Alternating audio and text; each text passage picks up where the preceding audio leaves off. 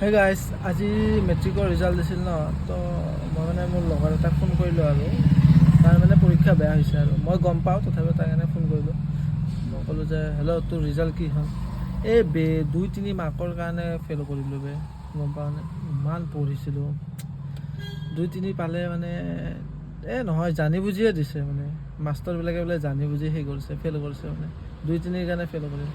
তাৰপিছত মই তাক ক'লোঁ যে ভাই এডমিটটো দেচোন মই চাওঁ, মানে মাৰ্কশ্বিটখন সি নিদিয়ে, তো মই ক'লোঁ আৰু যে এডমিটখন দেচোন মই চাওঁ তোৰ ৰিজাল্টটো।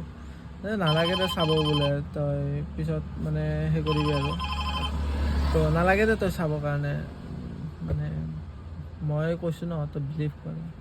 তাৰপিছত মই তাৰ লগৰ এটাক সেই কৰিলোঁ, মানে কণ্টেক্ট কৰিলোঁ। কণ্টেক্ট কৰি মানে তাৰ কি আপোনাৰ কি নাম্বাৰ বুলি কয় এইটো, এডমিট নাম্বাৰটো ওলাই মানে চালোঁ আৰু মা কচম বে, সি ঠিকে কৈছে। 2-3 কম নহয়, 2-3 পাইছে সি, মানে গম পাইছেনে? 2-3 পাইছে সি চবতে। তো সি কৈ আছে যে 2-3 কম পাইছে, মানে 2-3 পাইছে। 100ৰ ভিতৰত 2, ক'ৰবাত 4, ক'ৰবাত 5 এনেকৈ পাইছে মানে। তো সি সেইকাৰণে দিয়া নাছিল মানে, বুজি পাইছোঁ মই। একো নাই, ৰিলচ বনাব আকৌ আহি যাব লাইনত।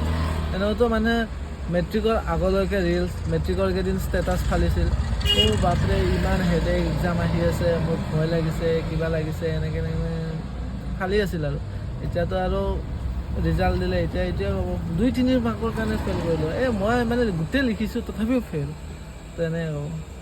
তো এইখিনিয়ে ক'লোঁ আৰু তাক